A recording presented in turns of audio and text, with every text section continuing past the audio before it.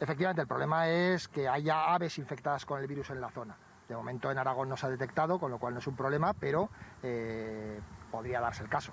Y no es un mosquito, sería la hembra del mosquito. Efectivamente, los que pican son las hembras de los mosquitos, que necesitan la sangre para hacer la puesta de los huevos, y en ese acto de picar es cuando extrae parte de la sangre con el virus, infectada con el virus en un ave, normalmente es un ave que está infectada, son bastante resistentes en general, pueden ser desde gorriones hasta cualquier otra especie, hay más de 300 especies de aves que son susceptibles de ser portadoras de este virus, y es cuando la siguiente vez que va a picar, o si no ha hecho una picadura completa, si encuentra otras especies de animales, que no tiene por qué ser solamente personas, pueden ser caballos, que es donde más se detecta, personas y caballos, pero puede picar a rumiantes, puede picar a anfibios, puede picar a cualquier tipo de vertebrado. Entonces, en ese caso es cuando se produce la enfermedad.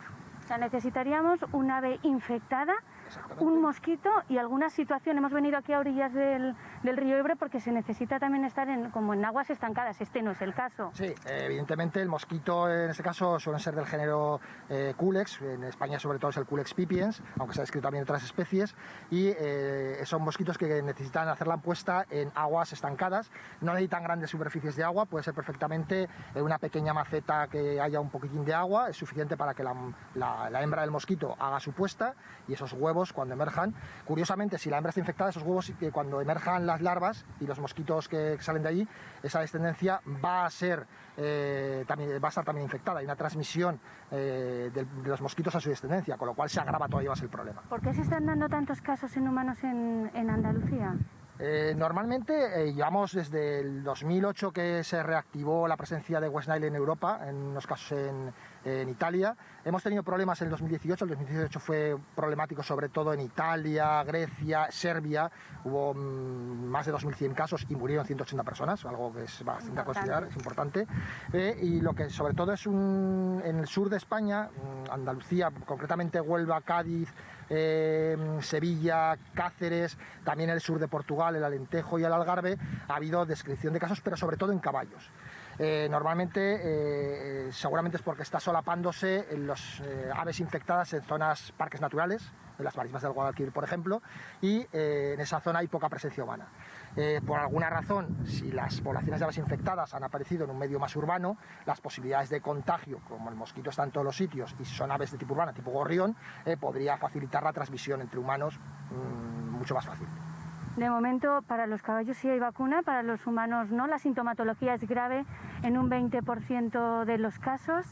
Sí, en principio, si lo hacemos en números, si de 1.000 personas que son picadas por una hembra infectada, 800 no van a enterarse de que han sido infectadas, va a pasar completamente desapercibido, completamente asintomáticos.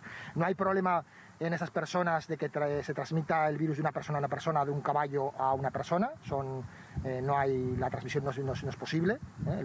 A una persona infectada, si le pica un mosquito, no se lo va a transmitir a otra, tiene que ser a partir de un ave. Pues lo que decía, 800 no va a tener ningún síntoma, 200 personas van a tener algún tipo de síntoma, normalmente van a ser síntomas, una fiebre, de hecho se llama fiebre de West Nile, entonces esas 200, 190 van a tener fiebre, pero en 10 personas, de esas 200, en 10 personas van a sufrir un problema de tipo neurológico, van a tener una encefalitis y van a tener un problema grave. Y de hecho de esas 10 personas, la previsión es que una pueda fallecer. Nunca antes se había dado un brote tan importante en España, hemos dicho que en Europa sí, pero en España no. En España de momento no, o sea, sin embargo, ya te digo, en 2018 Serbia fue peligroso y estuvieron en verano, en septiembre, agosto, que es cuando suele ocurrir, tuvieron los hospitales llenos porque son pacientes de muy larga duración, o sea, quedan secuelas en muchos casos y la recuperación es lenta, son de varias semanas de recuperación. Probabilidad poca de que venga, bueno, que el mosquito, ya hemos dicho que lo tenemos en Aragón, como lo tenemos en toda España esa especie, pero lo importante es que no esté ese ave infectada. Sí, la zona del sur está más vinculada a lo que son aves migratorias que pueden venir de África, donde es una enfermedad bastante más extendida, entonces que esas aves migratorias se queden en los humedales del sur de España.